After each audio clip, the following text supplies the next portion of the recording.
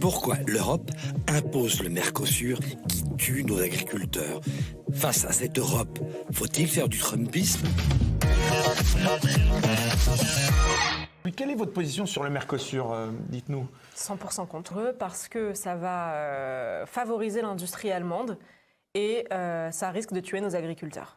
L'objectif de cet accord, c'est de pouvoir exporter des machines-outils et des automobiles avec des tarifs douaniers abaissés et en échange de pouvoir importer avec des tarifs douaniers abaissés des produits agricoles qui viennent de toute cette zone d'Amérique latine.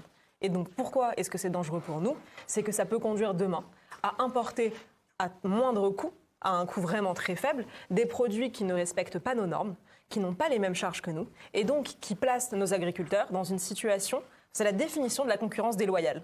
C'est-à-dire que chez nous, ils sont les plus taxés du monde, on l'a déjà dit. C'est une façon de s'enrichir. Ils ont les normes les plus contraignantes du monde, ils ont les contrôleurs les plus zélés du monde et de l'Union européenne, donc c'est la triple peine pour les agriculteurs français, et on vient leur dire, oui mais on va quand même ouvrir notre marché à des gens qui ont 100 000 fois moins de normes, beaucoup moins d'impôts, qui n'ont pas, eux, Ursula von der Leyen, qui leur impose des nouvelles normes tous les jours, chaque jour que Dieu fasse.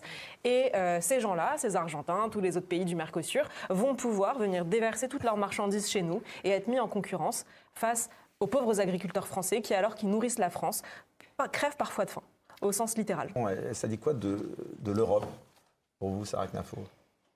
Ça dit le sacrifice qu'on a fait de ce secteur pourtant crucial. crucial. L'Europe va à l'encontre des intérêts des Français et des agriculteurs de son peuple. Ça, c'est indéniable.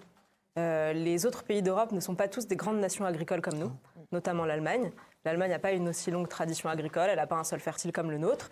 C'est un pays d'industrie, l'Allemagne. Et c'est ce qui explique aussi pourquoi est-ce que leur intérêt à eux, et donc l'intérêt d'Ursula von der Leyen, qui ne défend que l'Allemagne, c'est ça qu'il faut comprendre. Elle est à la tête de la Commission européenne, qui est censée dicter des normes pour tout le reste du continent. Mais en réalité, elle ne défend que son pays d'origine, elle prend ses ordres à Berlin.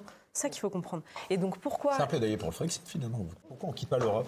C'est la question. Vous voulez quitter l'Europe? Non, mais est-ce que ça ne remet pas finalement au centre le plaidoyer pour le Frexit? Il y en a pas mal qui le disent en France. Moi, je pense que... Pardon? J'entends la question. Mon premier engagement politique, c'était un engagement souverainiste. Alors, c'est pas le sujet du Frexit qui me fait peur. Pour moi, c'est pas un gros mot. C'est pas un tabou. Je comprends pas pourquoi, d'ailleurs, on n'en parle absolument jamais.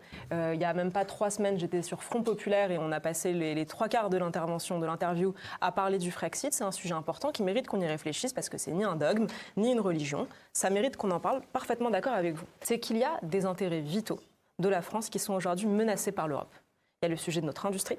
Aujourd'hui, il y a le sujet de notre agriculture et il y a le sujet évidemment de l'immigration.